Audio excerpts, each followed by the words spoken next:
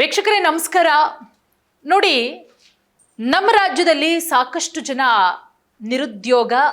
ನಿರುದ್ಯೋಗಿಗಳಿದ್ದಾರೆ, ಯುವಕ ಯುವತಿಯರು. ಸರ್ಕಾರದಿಂದ ಯುವ ನಿಧಿ ಏನೋ ಕೊಟ್ಟಿದ್ದಾರೆ, ಬಟ್ ಅದು ಎಷ್ಟು ಜನಕ್ಕೆ ಹೋಗ್ತಾ ಇದೆ, ಅದನ್ನು ಎಷ್ಟು ಜನ ಸಮರ್ಪಕವಾಗಿ ಬಳಸ್ಕೊಳ್ತಾ ಇದ್ದಾರೆ ಅನ್ನೋದ್ರ ಬಗ್ಗೆ ಕರೆಕ್ಟ್ ಆದಂಥ ಮಾಹಿತಿ ಇನ್ನೂ ಕೂಡ ಸಿಕ್ಕಿಲ್ಲ. ನೋಡಿ, ಪಾಪ ಉದ್ಯೋಗ ಆಕಾಂಕ್ಷಿಗಳು ಕಾಯ್ತಾ ಇರ್ತಾರೆ, ಗೌರ್ಮೆಂಟ್ ಕೆಲಸ ಆಗಬೇಕು, ನಮಗೆ ನಾವು ಬದುಕು ಕಟ್ಕೋಬೇಕು ಅಂತ ಹೇಳಿ ಡಬಲ್ ಡಿಗ್ರಿ ಮಾಡಿರ್ತಾರೆ, ಅಥವಾ ಸೆಕೆಂಡ್ PUC ಕೂಡ ಆಗಿರುತ್ತೆ, ಬಟ್ ಗೌರ್ಮೆಂಟ್ ಕೆಲಸ ಆಗಬೇಕು ಅಂತ ಹೇಳಿ ವೆಯ್ಟ್ ಮಾಡ್ತಾ ಇರ್ತಾರೆ. ಸೊ ಅಂಥವರಿಗೆ, ನಿರುದ್ಯೋಗಿಗಳಿಗೆ ಬಂಪರ್ ಲಾಟ್ರಿ ಇದು. ಇದನ್ನು ಸದುಪಯೋಗ ಮಾಡ್ಕೊಳ್ಳಿ. ನೋಡಿ, ನಿಮ್ಮ ವಯಸ್ಸೇನಾದರೂ 18ರಿಂದ 45 ವರ್ಷದೊಳಗಡೆ ಇದ್ದರೆ ನೀವು ಸರ್ಕಾರಿ ಇಲಾಖೆಯಲ್ಲಿ ಕೆಲಸ ಪಡೆಯೋದಕ್ಕೆ ಒಳ್ಳೆಯ ರೀತಿಯ ಸುವರ್ಣ ಅವಕಾಶ. ಕ್ವಿಕ್ಕಾಗಿ ಹೇಳ್ಬಿಡ್ತೀನಿ, ಯಾವ ಇಲಾಖೆ, ಎಲ್ಲಿ ಕೆಲಸ ಸಿಗುತ್ತೆ, ಏನು ಕೆಲಸ, ಯಾವ ರೀತಿ ಅಪ್ಲಿಕೇಶನ್ ಹಾಕಬೇಕು, ಏನೆಲ್ಲ ಮಾನದಂಡಗಳು. ನೋಡಿ, ಈ ಕೆಲಸ ಖಾಲಿ ಇರುವುದು ಮಂಡ್ಯದ ಅಶೋಕನಗರದ ಆನೆ ಪಾರ್ಕ್ ಬಾಲಭವನದಲ್ಲಿ. ಮಹಿಳಾ ಮತ್ತು ಮಕ್ಕಳ ಅಭಿವೃದ್ಧಿ ಇಲಾಖೆ ತಾತ್ಕಾಲಿಕ ಹುದ್ದೆಗಳಿಗೆ ನೇಮಕಾತಿಯನ್ನು ಮಾಡ್ತಾ ಇದೆ.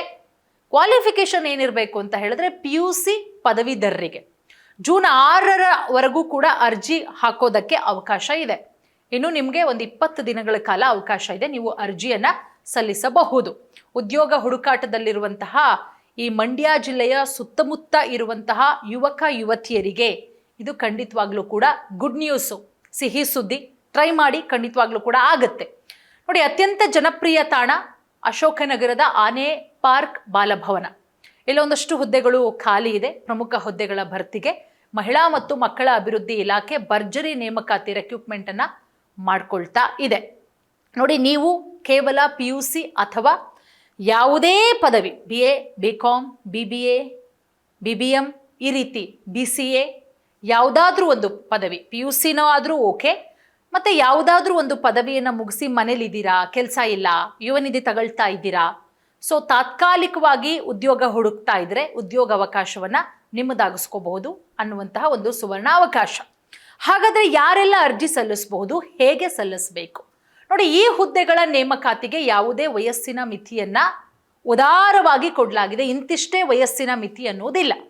18ರಿಂದ 45 ವರ್ಷದೊಳಗಿನ ಯಾವುದೇ ನಿರುದ್ಯೋಗಿ ಅಭ್ಯರ್ಥಿಗಳು ಅರ್ಜಿಯನ್ನು ಸಲ್ಲಿಸೋದಕ್ಕೆ ಅರ್ಹರಾಗಿರ್ತೀರಾ. ಮಾಸಿಕ ಗೌರವಧನದ ಆಧಾರದ ಮೇಲೆ ಈ ನೇಮಕಾತಿ ಪ್ರಕ್ರಿಯೆ ನಡೆಯುತ್ತೆ.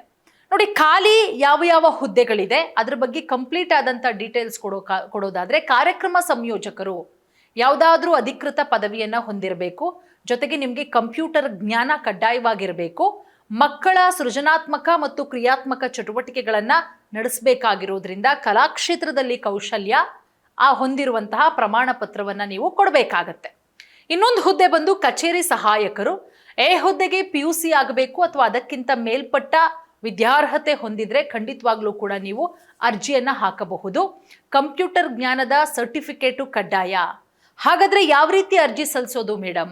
ನೋಡಿ, ಅಗತ್ಯ ಮತ್ತು ನಿಗದಿತ ವಿದ್ಯಾರ್ಹತೆ ಹೊಂದಿರುವ ಅಭ್ಯರ್ಥಿಗಳು ತಡ ಮಾಡದೆ ಮಂಡ್ಯದ ಜಿಲ್ಲಾ ಮಹಿಳಾ ಮತ್ತು ಮಕ್ಕಳ ಅಭಿವೃದ್ಧಿ ಇಲಾಖೆಯ ಉಪನಿರ್ದೇಶಕರ ಕಚೇರಿಗೆ ಭೇಟಿ ಕೊಟ್ಟು ಅರ್ಜಿ ನಮೂನೆಯನ್ನು ಪಡ್ಕೊಳ್ಳಿ.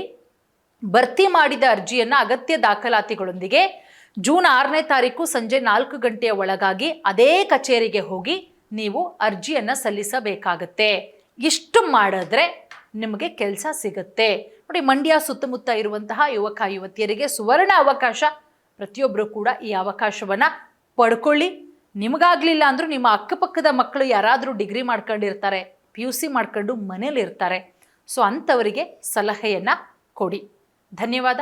ಒಳ್ಳೆಯದಾಗಲಿ.